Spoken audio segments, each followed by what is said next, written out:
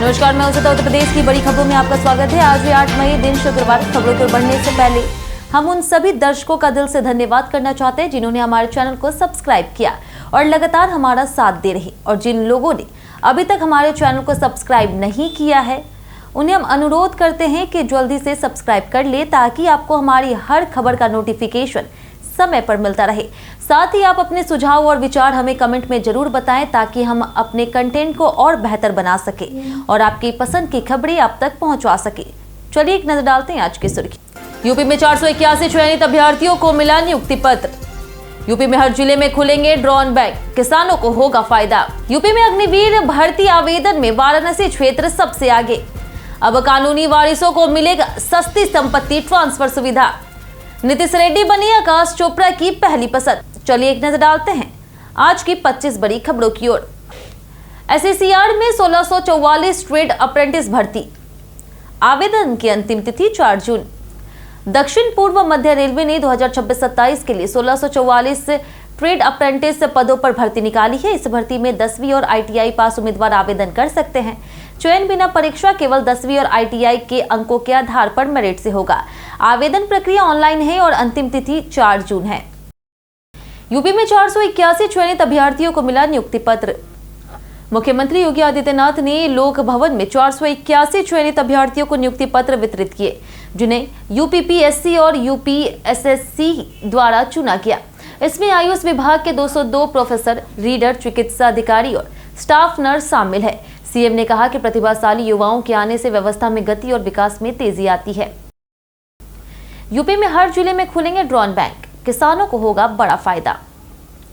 उत्तर प्रदेश सरकार किसानों के लिए प्रत्येक जिले में ड्रोन बैंक स्थापित करने जा रही है, जिन्हें एग्री जंक्शन और एफपीओ संचालित करेंगे। किसानों को 50% अनुदान पर ड्रोन उपलब्ध कराए जाएंगे। इससे कीटनाशक और खाद छिड़काव कम लागत और बेहतर तरीके से होगा। ड्रोन टेक्निक खेती को स्मार्ट, सस्ती और पर्यावरण अनुकूल बनाएगी। कल्चरल क्लब योजना से छात्रों को मिलेगा संस्कृति का प्रशिक्षण। उत्तर प्रदेश में कल्चरल क्लब योजना के तहत महाविद्यालयों को सांस्कृतिक गतिविधियों से जोड़ा जा रहा। भातखंडे संस्कृति विश्वविद्यालय के सहयोग से छात्रों को भारतीय संस्कृति और कला का प्रशिक्षण दिया जा रहा। 17 नए कॉलेजों को 50-50 हजार रुपए का अनुदान मिला है। कार्यक्रम में व्याख्यान, प्रशिक्षण और सांस्कृतिक आयोजन के माध्यम से सांस्कृतिक विरासत को बढ़ावा दिया जा रहा। यूपी में अग्निवीर भर्ती आवेदन में वाराणसी क्षेत्र सबसे आगे। वाराणसी और आसपास के जिलों में अग्निवीर भर्ती को लेकर के युवाओं में भारी उत्साह देखने को मिला, जहां सबसे अधिक आवेदन दर्ज किए गए। इस बार लखनऊ भर्ती क्षेत्र पीछे रहा। यूपी और उत्तराखंड से कुल 5,60,000 आवेदन हुए। सीईई परीक्षा 1 से 15 जून तक होगी और प्रवेश पत्र 15 मई से जारी किए जाएंगे। जीएसटी और आबकारी से यूपी को मिला बड़ा राजस्व लाभ। उत्तर प्रदेश में इस वर्ष अप्रैल में कर राजस्व में 2416.42 करोड़ रुपए की वृद्धि दर्ज की गई। जीएसटी, आबकारी, वैट, स्टैंप, परिवहन और खनन से अधिक आय हुई। वित्त मंत्री ने बताया कि बढ़ती कारोबारी गतिविधियों के कारण राजस्व बढ़ा है। पेट्रोल और डीजल की कीमतें अन्य राज्यों की तुलना में यूपी में सस्ती है। अब कानूनी वारिसों को मिलेगा सस्ती संपत्ति ट्रांसफर सुविधा। उत्तर प्रदेश रेरा ने संपत्ति नामांतरण नियमों में बड़ा बदलाव करते हुए कानूनी वारिसों के लिए शुल्क अधिकतम 1000 रुपए तय कर दिया। पहले बिल्डर मनमाना शुल्क वसूलते थे जो लाखों तक पहुंच जाता था। नए नियम में पारदर्शिता बढ़ेगी और उत्तराधिकार प्रक्रिया आसान होगी।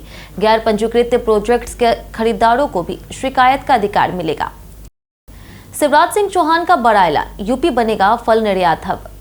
केंद्रीय कृषि मंत्री शिवराज सिंह चौहान ने यूपी में क्लीन प्लांट सेंटर स्थापित करने और किसानों को रोग मुक्त पौधे उपलब्ध कराने की घोषणा की। आम, केला, आम्रफल के निर्यात बढ़ाने, आम की सेल्फ लाइफ 50 दिन तक बढ़ाने और वैश्विक बाजार से जोड़ने पर जोर दिया।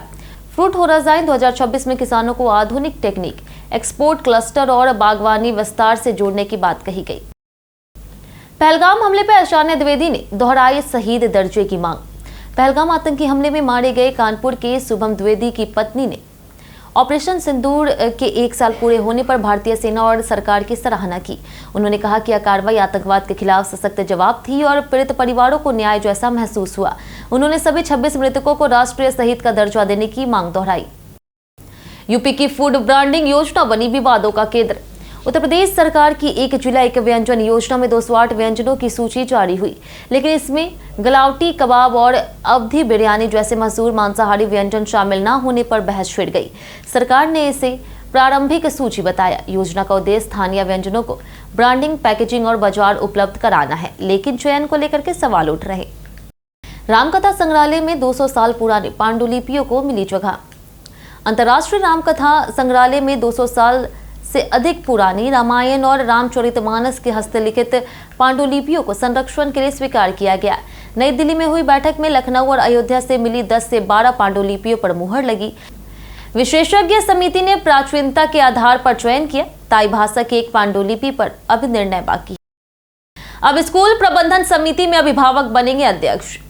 केंद्र सरकार के नए निर्देशों के तहत अब विद्यालय प्रबंधन समिति में अभिभावकों की भूमिका बढ़ाई गई है और अध्यक्ष भी वही होंगे। समिति में 75% सदस्य अभिभावक होंगे, जबकि 25% में शिक्षक, विशेषज्ञ और अन्य प्रतिनिधि शामिल होंगे। एसएमसी का गठन 1 माह में अनिवार्य होगा और यह कक्षा 12 तक लागू रहेगा। हाईकोर्ट में राहुल गांधी के खिलाफ नई याचिका दाखिल। इलाहाबाद हाईकोर्ट की लखनऊ खंडपीठ में राहुल गांधी के खिलाफ आय से अधिक संपत्ति अर्जित करने के आरोप में याचिका दायर की गई। भाजपा कार्यकर्ता एस विघ्नेश शिशिर ने यह याचिका दाखिल की। इसमें सीबीआई, ईडी और अन्य एजेंसियों से जांच की मांग की गई। सुनवाई 12 मई को तय की गई है। जानिए आज कैसा रहेगा यूपी के मौसम का मिजाज। मौसम विभाग के अनुसार अगले 24 घंटों में पूर्वांचल और तराई क्षेत्रों के कई जिलों में तेज आंधी, बारिश और बिजली गिरने की चेतावनी है। 8 मई के बाद तापमान में 5 से 7 डिग्री सेल्सियस तक बढ़ोतरी संभव है, लेकिन फिलहाल लू चलने की संभावना नहीं है। मुख्य सचिव ने किसान रजिस्ट्री और विकास कार्यों की समीक्षा की। मुख्य सचिव एसपी गोयल ने वीडियो कॉन्फ्रेंसिंग के जरिए किसान रजिस्ट्री, वेटलैंड संरक्षण, खनन और हेलीपैड निर्माण की प्रगति की समीक्षा की है। उन्होंने 77.43% किसान पंजीकरण को जल्द 100% करने के निर्देश दिए। अंश निर्धारण और राजस्व कार्यों में तेजी लाने पर जोर दिया गया। कई जिलों में 98% से अधिक प्रगति हासिल की गई। मुजफ्फरनगर में 24 घंटे में 7 एनकाउंटर। उत्तर प्रदेश के मुजफ्फरनगर में पुलिस ने 24 घंटे के भीतर 7 एनकाउंटर किए, जिसमें 9 बदमाश घायल और 10 गिरफ्तार हुए। अपराधियों पर लूट, हत्या और गैंगस्टर एक्ट के मामले दर्ज थे। कई हथियार और सामान बरामद हुए। हरदोई में भी एक इनामी अपराधी को मुठभेड़ में मार गिराया गया, जिसमें एक पुलिसकर्मी घायल हुआ। हमीरपुर नाव हादसा, 5 शव बरामद। हमीरपुर के कुतुपुर में नाव पलटने से बड़ा हादसा हुआ, जिसमें 6 लोग डूब गए थे। अब तक 5 शव बरामद किए जा चुके हैं, जिसमें 4 बच्ची और 1 महिला शामिल है। नाविक के मोबाइल पर बात करने से हादसा हुआ। एनडीआरएफ और एसडीआरएफ एक लापता बच्चे की तलाश में जुटी है। प्रशासन ने मुआवजे और राहत कार्य शुरू किए। ग्लैमर छोड़ अध्यात्म की राह पर चली एक्ट्रेस ऐना। ग्वालियर की एक्ट्रेस ऐना जयसिंघानी ने मुंबई की ग्लैमर दुनिया छोड़ करके वृंदावन में आध्यात्मिक जीवन अपना लिया है। उन्होंने एक्टिंग करियर त्याग कर राधा नाम जप कर और साध्वी जीवन शुरू किया। इस्कॉन से जुड़ाव के बाद उनका जीवन बदल गया। वे अब सादा जीवन, भक्ति और नाम जप करती है और इसे भगवान की कृपा मानती है। खराब मौसम में इंडिगो फ्लाइट लखनऊ में सुरक्षित लैंड। दिल्ली से पटना जा रही इंडिगो फ्लाइट 6E6497 खराब मौसम के कारण टर्बुलेंस में फंस गई। पायलट और पूर्व केंद्रीय मंत्री राजीव प्रताप रूडी ने सूझबूझ दिखाते हुए विमान को पटना के बजाय लखनऊ में सुरक्षित लैंड करवाया।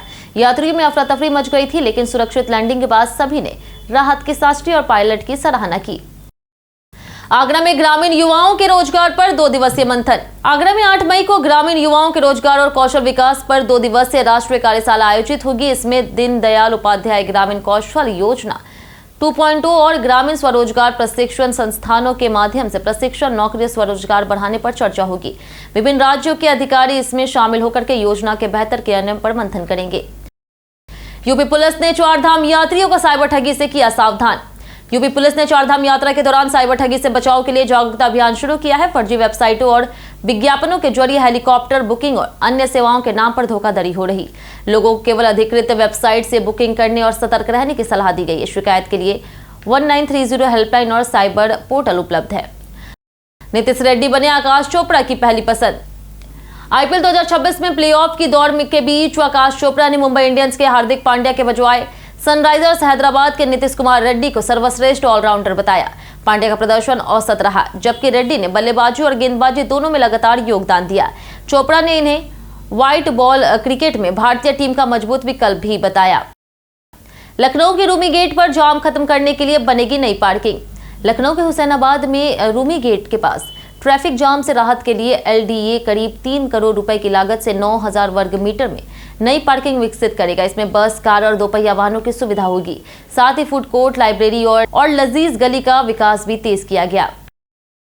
कई कारणों से दर्ज भारत के इतिहास में आज की तारीख 1916 में स्वामी चिन्मयानंद का जन्म हुआ, जो वेदांत दर्शन के विश्व प्रसिद्ध आध्यात्मिक चिंतक थे। 1915 में स्वतंत्रता सेनानी अमीरचंद का निधन हुआ। 1929 में प्रसिद्ध ठुमरी गायिका गिरिजा देवी का जन्म हुआ, जिन्होंने भारतीय शास्त्रीय संगीत और ठुमकी गायन को वैश्विक पहचान दिलाई। एसी की कूलिंग कम, जाने गैस खत्म होने के संकेत। गर्मियों में एसी की कूलिंग कम होने पर अक्सर लोग गैस खत्म होने की आशंका जताते हैं। इसके संकेतों में ठंडक कम होना, पाइप पर बर्फ जमना और असामान्य आवाजें शामिल है। हालांकि गंदा फिल्टर या थर्मोस्टेट भी कारण हो सकता है। सही पहचान और समय पर सर्विस से खर्च बचता है और एसी की उम्र बढ़ती है। हम प्रतिदिन आपसे 5 वैसे जरूरी सवाल उसके जवाब बताएंगे जो कि UPPSC जैसे अन्य प्रतियोगी परीक्षाओं में काम आएंगे। सवाल इतिहास, यूपी स्पेशल, विज्ञान, करंट अफेयर्स और भूगोल से रहेंगे। पूछे गए 5 सवाल में आपने कितना सही जवाब दिया, ये हमें कमेंट करके जरूर बताएं। तुम्हारा पहला सवाल है, चावल की खेती के प्रथम साक्ष्य कहां से प्राप्त हुए? ऑप्शन ए है गंगा घाटी, ऑप्शन बी है जमुना घाटी, ऑप्शन सी है बेलन घाटी या फिर ऑप्शन डी हिमालय की घाटी। इसका सही जवाब है ऑप्शन सी बेलन घाटी। हमारा दूसरा सवाल है कि चंद्रशेखर आजाद का संबंध किस पार्टी से था? ऑप्शन ए भारतीय राष्ट्रीय कांग्रेस, ऑप्शन बी है भारतीय communist party, option C Azad Hind फौज, option D Hindustan socialist republication association. इसका सही जवाब है option D Hindustan socialist republication association. हमारा तीसरा सवाल है कि उत्तर प्रदेश में राज्यसभा के लिए कितने सदस्य चुने जाते हैं? Option A 11, option B 21, option C 31, option D 51। इसका सही जवाब है ऑप्शन सी 31। हमारा चौथा सवाल है कि उत्तर प्रदेश में उच्च न्यायालय की खंडपीठ कहां पर स्थापित है? Option A Lucknow, option B Agra, option C है कानपुर, ऑप्शन डी गोरखपुर। इसका सही जवाब है ऑप्शन ए लखनऊ। हमारा आखिरी सवाल, इनमें से किस नदी को कर्णवती के नाम से जाना जाता है? Option A Sindh, option B Chambal, option C है सोन, ऑप्शन डी केन। इसका सही जवाब है ऑप्शन डी केन। इसी के साथ बढ़ते आज के सवाल की। आज का सवाल है, अगर आज उत्तर प्रदेश में विधानसभा चुनाव हो जाए तो आप किस पार्टी को सत्ता में देखना चाहेंगे? आप अपना जवाब हमें हमारे कमेंट सेक्शन में लिखकर जरूर बताएं। आज के लिए इतना ही। उत्तर प्रदेश की तमाम खबरों के साथ बने रहने के लिए देखते हैं डेली EUP और साथ ही अगर आप YouTube चैनल पर देखें, चैनल को सब्सक्राइब कर दें और अगर आप Facebook पेज पर देखें तो लाइक और फॉलो जरूर करें।